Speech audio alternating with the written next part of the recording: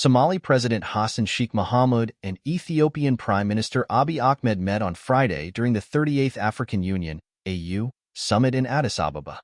It was their first face-to-face talks since signing the Ankara Declaration in December 2024, a diplomatic breakthrough to ease apprehensions after a year-long rift between the two nations. The meeting focused on restoring full diplomatic engagement, strengthening security cooperation, and negotiating Ethiopia's contested bid for maritime access through Somalia. Their discussion follows a period of heightened tensions triggered by Ethiopia's controversial Memorandum of Understanding (MOU) with Somaliland in early 2024.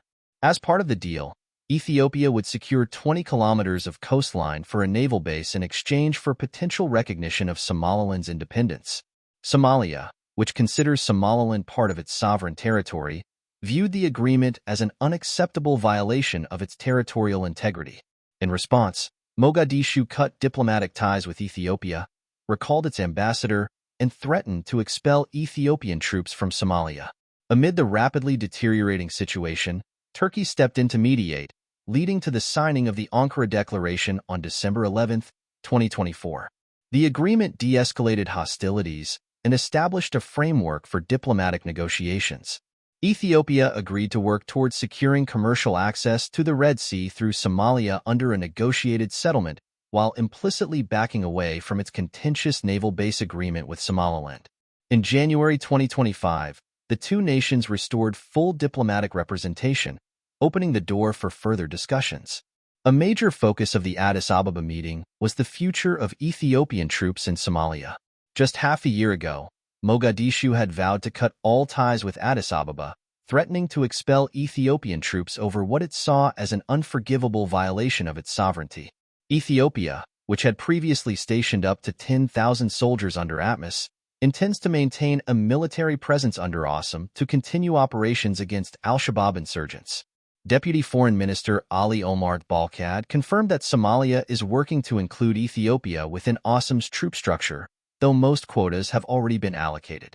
A Somali delegation is set to visit Ethiopia to resolve outstanding issues, including troop numbers and command structures, ensuring that Ethiopian involvement aligns with Somalia's sovereignty and security interests. Beyond politics and security, the economic implications of Ethiopia's pursuit of sea access were a likely key topic of discussion in Addis Ababa.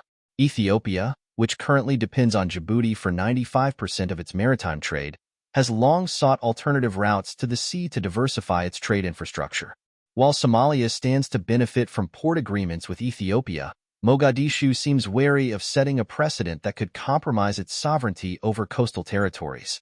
The ports of Mogadishu and Kismayo have been floated as the most viable options for Ethiopian trade, but significant logistical and security challenges remain.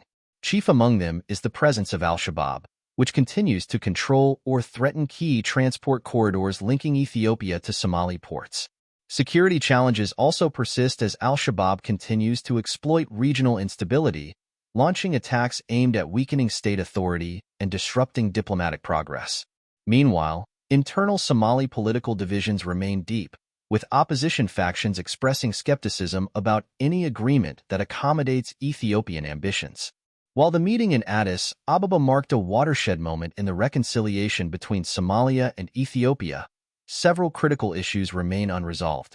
Ethiopia has yet to formally withdraw from its MOU with Somaliland, raising concerns in Mogadishu that Addis Ababa may still be pursuing a dual-track maritime strategy.